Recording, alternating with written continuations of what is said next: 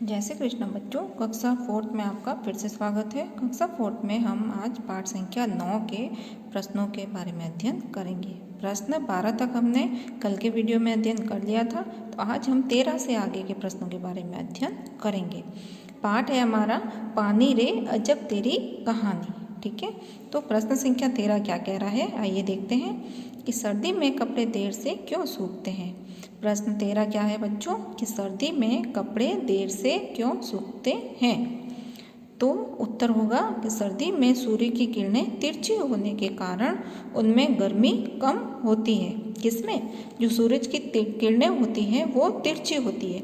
अब तिरछी किरणें हैं तो सीधी जो गर्मी है वो हम तक नहीं पहुंच पाती है ना। धरती पर सीधी गर्मी नहीं पहुंच पाती क्योंकि किरणें तिरछी है, तो कम गर्मी धरती तक पहुंचती है। पृथ्वी पे कम गर्मी होती है, तो इसलिए सर्दी में कपड़े देर से सूखते हैं। ठीक है, तो सर्दी में कपड़े देर से क्यों सूखते हैं बच्चों कि सर्दी में सूर्य की किरणें तिरछी होने के कारण उनमें गर्मी कम होती है, इसीलिए सर्दी में कपड़े देर से सूखते हैं।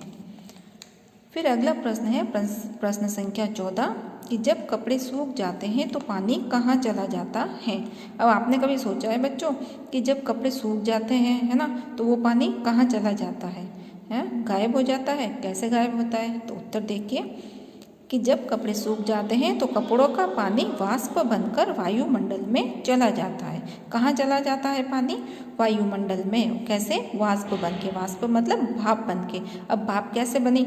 सूरज की किरणें क्या हुआ, हवा से हवा चली तब पानी क्या हुआ, सूखने लग गया, वाष्प बनने लग गया। और कुछ पानी ज़मीन में रिस जाता है और कुछ पानी वाष्प बन के उड़ जाता है। तो जब कपड़े सूख जाते हैं तो कपड़ों का पानी वाष्प बनकर वायुमंडल में चला जाता है।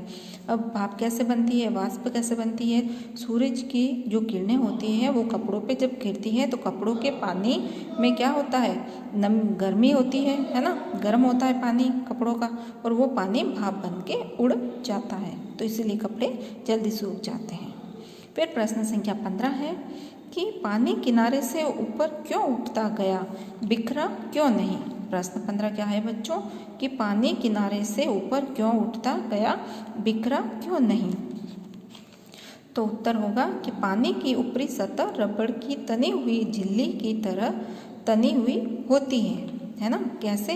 कि पानी की ऊपरी सतह, पानी की जो ऊपरी सतह होती है, अब आपने एक ग्लास पूरा भरा है ना, और उसकी जो परत देखो एकदम कैसे होती है, एकदम तनी हुई, एकदम रबर की तनी हुई झिल्ली की तरह होती हैं। धीरे धीरे ऊपर उठने के कारण सतह तनी रहती है और पानी छलकता या बिखरता नहीं है।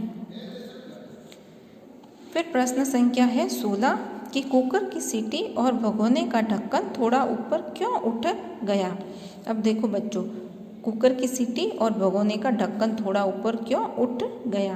तो उत्तर क्या होगा कि भाप की शक्ति के कारण। ऊपर क्यों उठ गया? भाप की शक्ति के कारण कुकर की सीटी और भगोने का ढक्कन ऊपर उठ गया था।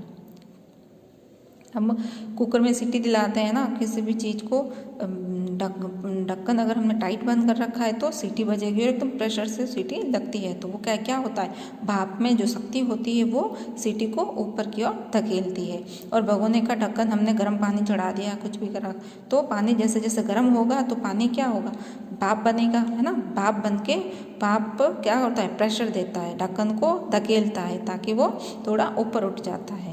तो पानी की भाप की शक्ति के कारण कुकर की सीटी और भगोने का ढक्कन थोड़ा ऊपर उठ गया था।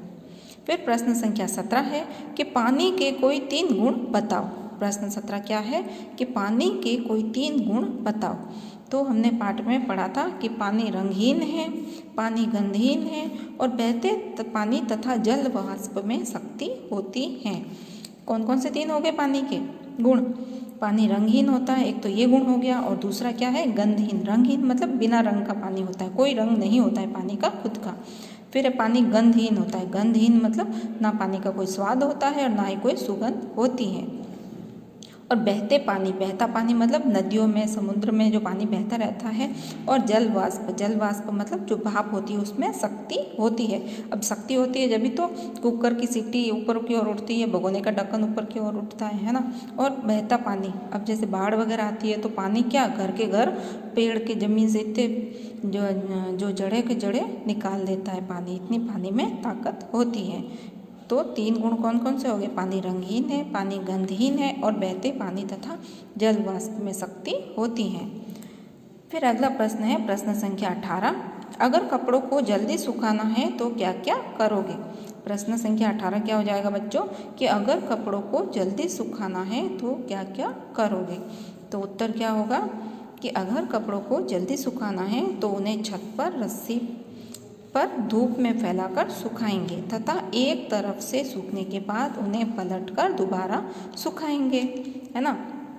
अगर कपड़ों को हमें जल्दी सुखाना है तो उन्हें धूप में सुखाना पड़ेगा, खुली जगह पे। ऐसे नहीं कि बंद कमरे में जहाँ धूप नहीं लग रही है, छाया है, वहाँ सुखा दोगे तो 2 दिन तक कपड़े सूखेंगे ही नहीं। अगर जल्दी सुखाना है तो कपड़ों को खुले स्थान में धूप में, छत पर या रस्सी पर धूप में फैलाकर सुखाना पड़ेगा।